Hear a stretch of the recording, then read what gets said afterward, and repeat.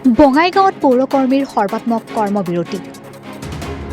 পূজাৰ বতৰত পৌৰকৰ্মীৰ এই কাৰ্যসূচীয়ে ব্যাপক প্ৰভাৱ পেলাইছে বঙাইগাঁৱৰ পৌৰ এলেকাত। আজিৰে পৰা দুদিনীয়া কাৰ্যসূচীৰে ৰাজ্যজুৰি পৌৰকৰ্মীৰ কেইবাটাও দাবী পূৰণৰ বাবে এই কাৰ্যসূচী অব্যাহত ৰাখিছে। নমস্কাৰ। সদৌ অসম পৌৰ নিকায় কৰ্মচাৰী সন্থাৰ আহ্বানত আমি বঙাইগাঁও পৌৰকৰ্মী সন্থাই দুদিনীয়া আজিৰ পৰা আজি পাঁচ বজাৰ পৰা আবেলি 5 বজালৈ দুদিনীয়া অৱস্থান ধৰ্মঘট সৰ্বাত্মক ধৰ্মঘট কাৰ্যসূচী লৈ আমি অৱস্থান ধৰ্মঘটত বহিছোঁ। আমাৰ মূল দাবীটো হ'ল সমগ্ৰ অসমতে পৌৰ কৰ্মচাৰীসকলৰ চৰকাৰীকৰণ। বৰ্তমান আমাৰ কৰ্মচাৰীসকলৰ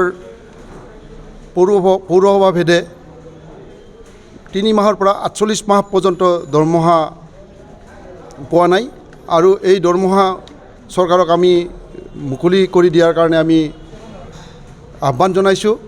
আৰু এই আন্দোলন আমাৰ পূজাৰ পিছত আমাৰ কেন্দ্ৰীয় সমিতিয়ে তীব্ৰতৰ কৰিব।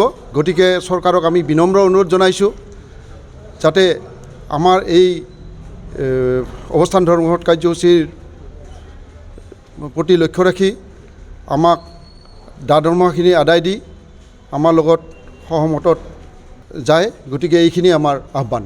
আমি প্ৰথমতে কৈছোঁ আমাৰ এইটো সৰ্বাত্মক ধৰ্মঘট আৰু এইটোত আমাৰ বিজুলী যোগান, পানী যোগান আদিকে ধৰি আৰু মূল আমাৰ চাফাই, আমাৰ পৌৰসভাৰ যিটো আমাৰ মূল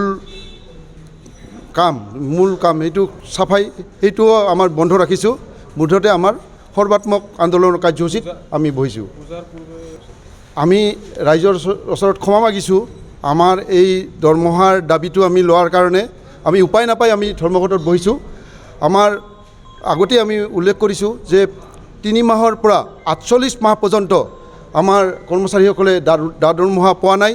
সমগ্ৰ অসমতে আমাৰ কৰ্মচাৰীসকলৰ অৱস্থাটো অতিকৈ দুখ লগা হৈছে। গতিকে আমি ৰাইজৰ ওচৰত এই ক্ষেত্ৰত ক্ষমা প্ৰাৰ্থনা কৰিছোঁ। ধন্যবাদ।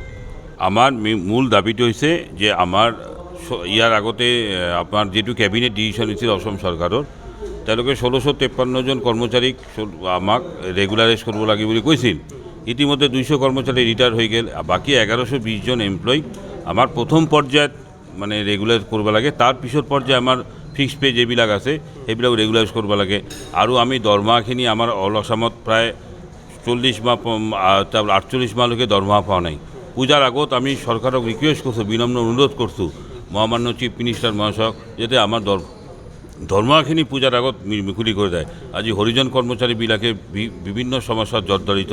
হৰিজন কৰ্মচাৰীবিলাকেও মানে মূল সমস্যাৰ মানে আমি কৰি আছোঁ। সেইকাৰণে আৰু অলপতে চৰকাৰে কি কৰিছে, আমাৰ নতুনকৈ ইঞ্জিনিয়াৰ আৰু একাউণ্টেণ্ট এপইণ্টমেণ্ট দিছে। এই দিয়াতে আমাৰ ইঞ্জিনিয়াৰ মাখাই আৰু আমাৰ একাউণ্টেণ্ট মাখাই ৰেগুলাৰ হোৱা নাই। আৰু নতুন কৰি যদি দিছে ইহঁতৰ দৰমহাটো কোনে দিব? সেইটো আমি তীব্ৰ প্ৰতিবাদ কৰিছোঁ আমাৰ অসম পৌৰ কৰ্মচাৰী সংস্থাত, যে আমাৰ দাবীটো যদি নামানে তেনেহ'লে ইহঁতকে এপইণ্টমেণ্ট দিয়াটো বন্ধ কৰিব, জইন কৰিবৰ কাৰণে আমি মানা কৰিছোঁ। সেইটো হৈছে আমাৰ মূল দাবী। News desk report, Republican.